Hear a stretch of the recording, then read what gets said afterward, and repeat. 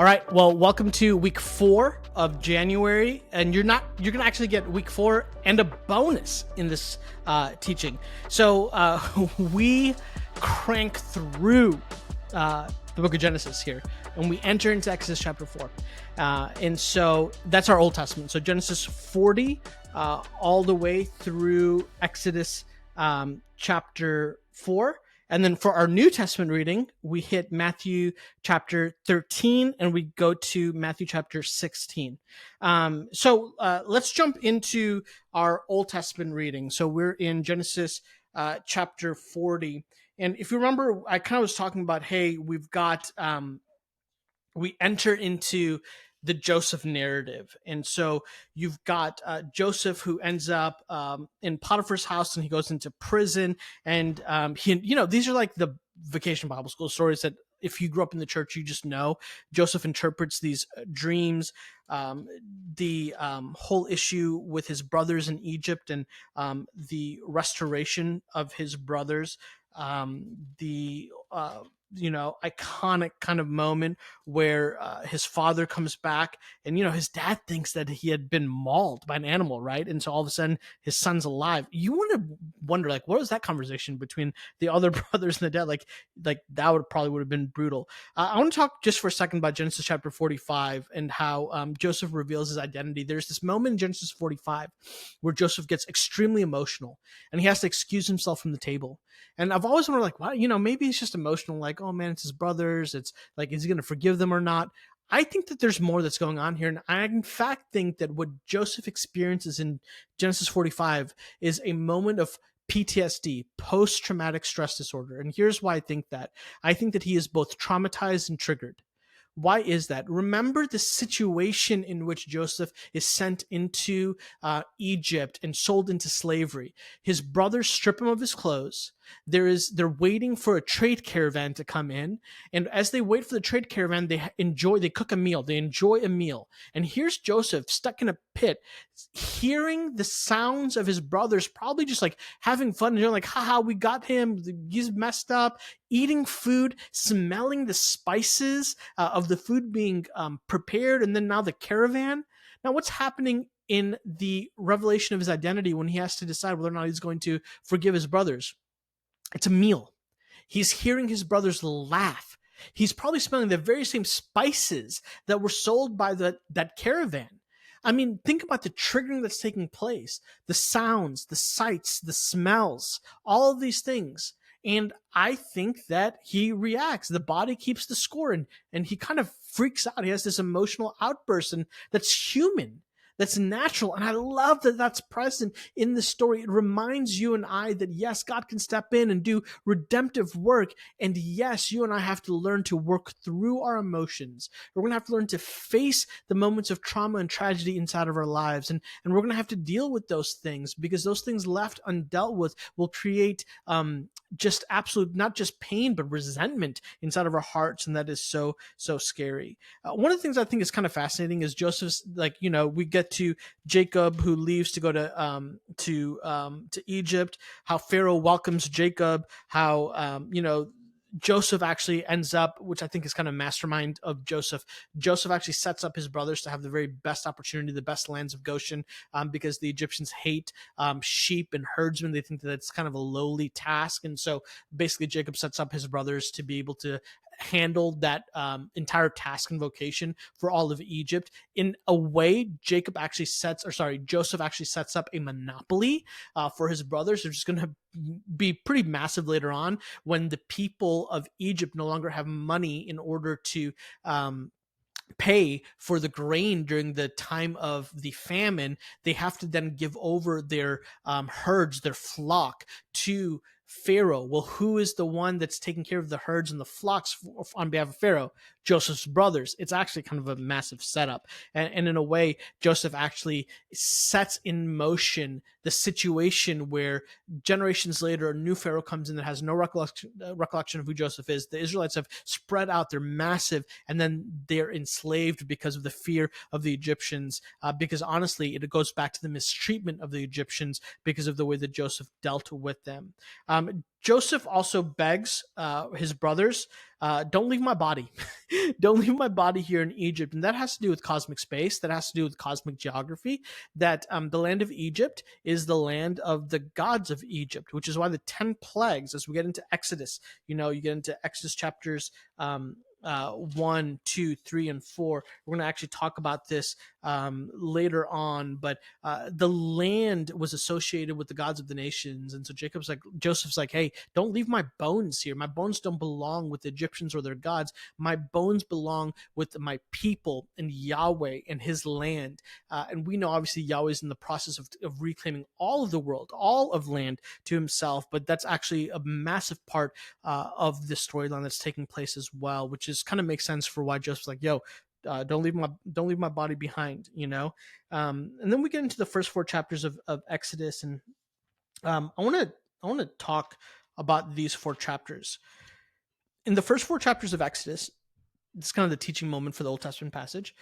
In the first 4 chapters of Exodus, there is an intentionality that is present to present the heroes of the beginning of Exodus.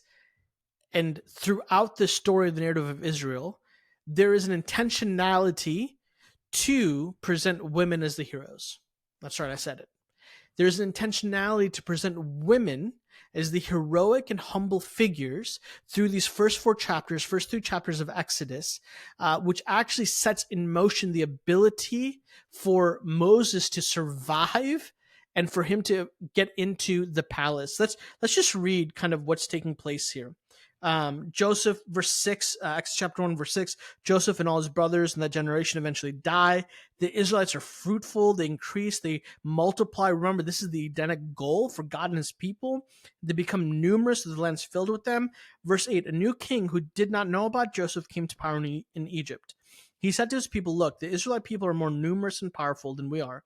Come, let's deal shrewdly with them. Otherwise, they're going to multiply further, and when war breaks out, they're going to join our enemies, and they're going to fight against us and leave the country. So the Egyptians assigned taskmasters over the Israelites to oppress them with forced labor. They built Pithom and Ramses as supply cities for Pharaoh. But the more they oppressed them, the more they multiplied and spread, so that the Egyptians came to dread the Israelites. They worked the Israelites ruthless and made their lives bitter with difficult labor and bricks and mortar and all kinds of field work. They ruthlessly imposed all of this work on them. Then the king of Egypt, catch this, says to the Hebrew midwives, the first, whose name was Shiphrah, and the second, whose name was Puah, when you help the Hebrew women give birth, observe them as they deliver. If the child is a son, kill him. But if it's a daughter, she can live. This is like the most heroic and incredible sentence, I think.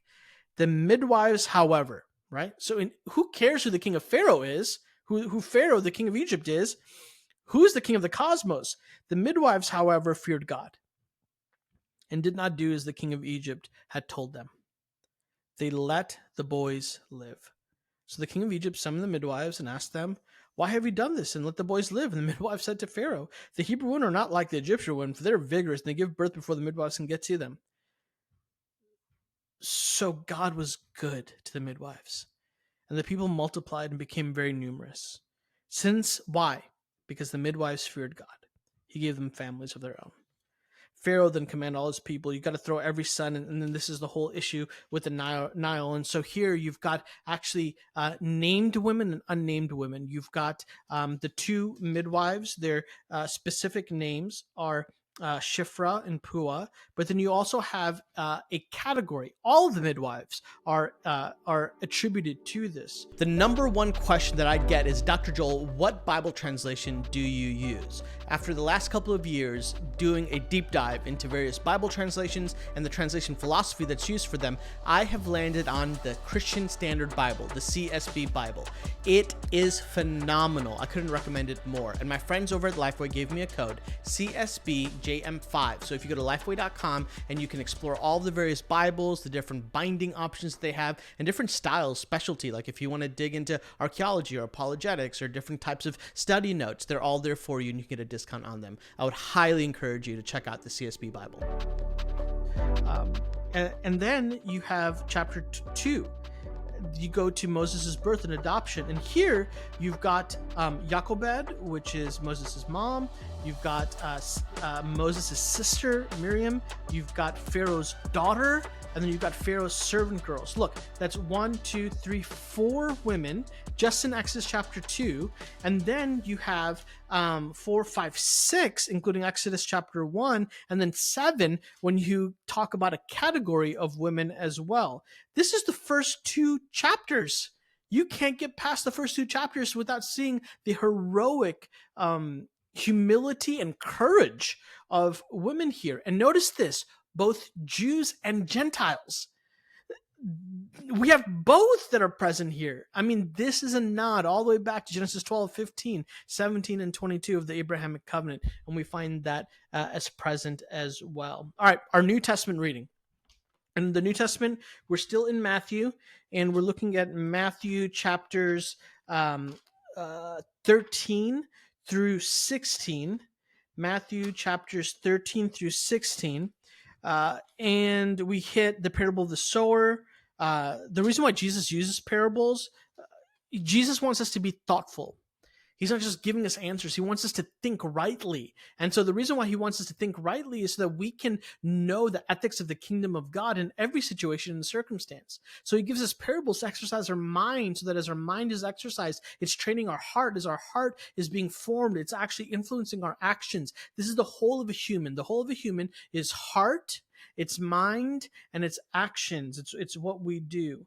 And then you get into Matthew chapter 13, how Jesus uses parables. Matthew chapter 14, you've got John the Baptist who's beheaded. That's savage and sad and just horrific. And then halfway through, you've got Jesus walking on water. You've got the tradition of the elders and Jesus healing many people. But for our teaching time for the New Testament, I want to look at specifically Jesus walking on water. Remember, we're talking about the theme, the unity of the Bible. In the opening pages of Genesis 1, you've got the Spirit of God hovering over the waters. And as the Spirit of God hovers over the waters are an image in the ancient Near Eastern world of chaos and destruction. And so what the Spirit of God does as it hovers over the waters is it actually jumps in and actually gives order. And so you have a series of separation or boundaries that are presented, a separation from the sky and the sea, from the land and the ocean. You've got a separation from land animals and sea animals, from land plants and sea plants. I mean, all these series of separations or boundaries in order to create order. And so in a way, what it's showing is that the Spirit of God is taming the chaos. The Spirit of God is superior to the chaos of the world. Simultaneously, the same idea is now present with Jesus. What Jesus does, this is like one of those savage Jesus moments. Jesus is like, listen, I don't need to hover over the waters. I'm going to walk on the waters themselves. And again, in the Greco-Roman time period, the waters are still symbols of chaos. Waters are scary. Waters can shift, and storms can come up. This is why the disciples panic. Why is Jesus sleeping in the middle of a storm? And Jesus says nah, I'm good. And he walks on the water. This is to show his superiority over all things. Okay, I said that you're going to have a bonus. You do have a bonus. We've got a couple extra chapters that we're going to look at. So you got Exodus chapters 5 through 20 as we finish this month. In Exodus chapters 5 through 20, a highlight list of things. You've got the heroic women, like I talked about. You've got Moses, who's actually a type of Jesus. Moses is saved through the Nile River. He goes to Egypt as essentially an exile, as a refugee. He's raised in a palace, and he's used by God to deliver the people of Israel. Jesus, as a child, is exiled into Egypt as a refugee. In a contrast, instead of being raised in a palace, Jesus is raised as the son of a carpenter or a worksmith. And then Jesus, not through superior kind of power, victory, war means does he rescue the people. It's through his own life and self-sacrifice on a cross, through his own death, that he sets people free from death and sin himself. When you're looking through Exodus 5 through 20, you're going to get to the 10 plagues. Why the 10 plagues? Each of the 10 plagues are actually aimed at one of the gods of Egypt. The gods of Egypt were a pantheon. And so what Yahweh is trying to do is to show the Egyptians that their gods, it's not that they're non-existent, they're not supreme. It's not that they don't exist or that they're not around. It's just they are nothing in comparison to Yahweh. Those gods of the nations are fallen sons of God, angelic beings that went into rebellion. And in the rebellion, they are adamant to oppose the ways of God and to destroy the people of God. And so explicitly throughout Exodus, as you read, you'll actually notice God says, I'm giving the 10 plagues. Why? To not just show the people, but to show up the gods of Pharaoh and gods of Egypt themselves, that they will come to nothing. And that's exactly what takes place. And if you look at each of the 10 plagues, the 10 plague, actually, one of the plagues, actually, each of them, it connects to one of the gods of Egypt to show Yahweh's superiority over them. The Israelites are rescued through the sea, right? So we talked about Jesus walking on the water. Well, here you have the Israelites that are rescued through the sea. Remember, the sea is an image of chaos and destruction. So the Israelites are running away. They hear the hooves of the chariots behind them. That's like imminent death. They see the sea in front of them. That's like the symbolic image in the ancient Near East of death. And then God comes in through Moses and parts the Red Sea. And so the people walk through the sea. Think about the flood narrative, right? They're saved through the waters. The people are saved through the waters. But then as the Egyptians come in, the waters of death destroy the hooves of death themselves. And that sea becomes the graveyard for the Egyptians themselves. The Bible, you can't make this stuff up, y'all. It's so epic. Then the people of Israel explode into a song, and it's called the Song of the Sea, one of the first and ancient songs of the Old Testament. And then you've got Sinai and the 10 Commandments. One of my favorite things in the New Testament, we read from Matthew 17 through 21, you've got Jesus in the Transfiguration. I love that on the Mount of Transfiguration, Jesus is met with Elijah and Moses. And you're kind of like, well, why those two? Well, I think it's because who better to relate to Jesus and the fickle and stubborn, stiff-necked reality of the people of God than Elijah and Moses, right? I mean, think about the war stories they could tell on the Mount of Transfiguration. Jesus is like, man, these people are hard. Moses is like, I know.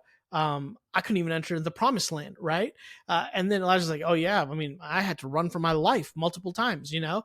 They could empathize, I think, in a funny kind of way with Jesus. And so you've got the Mount of Transfiguration. Side note, what I love about the Mount of Transfiguration is in Moses' earthly life, he never made it into the promised land, but what an epic way to experience the promised land. Then generations later, on top with God, the incarnate Son himself, and Moses makes it into the promised land.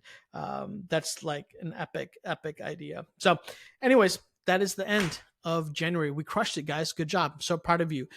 So next week we will be in February, and I pray that as you're reading the Bible, you're seeing the unity of the scriptures, that they are one cohesive story, and there are parallels that are popping back and forth with each other. All of my prayers and blessings to you all through Jesus, through the power of the Holy Spirit, and in honor of the Father. Blessings, guys. Later.